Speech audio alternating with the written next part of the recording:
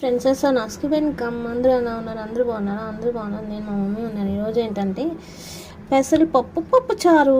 పెసరపప్పు వేయించుకోవాలి. ఇవి పండుమిర్చి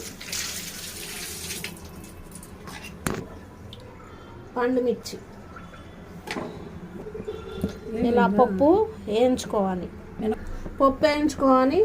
పండుమిర్చి కట్ చేసి పెట్టి ఇప్పుడు మనం వాటర్ పోసి కట్ చేసుకున్న పండుమిర్చి వేసాము. ఇప్పుడు మనం ఆనియన్ కూడా వేసేసాము. ఇప్పుడు మనం టమాటా వేసేసాము. ఇది బాగా మెత్తగా ఉడకాలి. చూసాను కదా ఫ్రెండ్స్, మెత్తగా ఉడికిపోయింది. ఇప్పుడు దీన్ని గట్టిగా మెదుపుకోవాలి. ఇలా మంచిగా చేసుకున్నాము. దీన్ని ఇప్పుడు పోపు పెడదాం. స్టవ్ అంటించి బాండీ పెట్టి ఇందులో ఆయిల్ వేసుకున్నాం. ఇప్పుడు మనం పోపులో ఆవాలు, జీలకర్ర, మెంతులు, ఆనియన్, కరివేపాకు వేసాము. అది గోల్డెన్ కలర్ రావాలి. వచ్చాక ఇందులో పోసేసుకోవాలి పోపు ఇందులో పోసాము. మంచి కలిపెట్టుకోవాలి. ఇది బాగా మరగబెట్టుకోవాలి.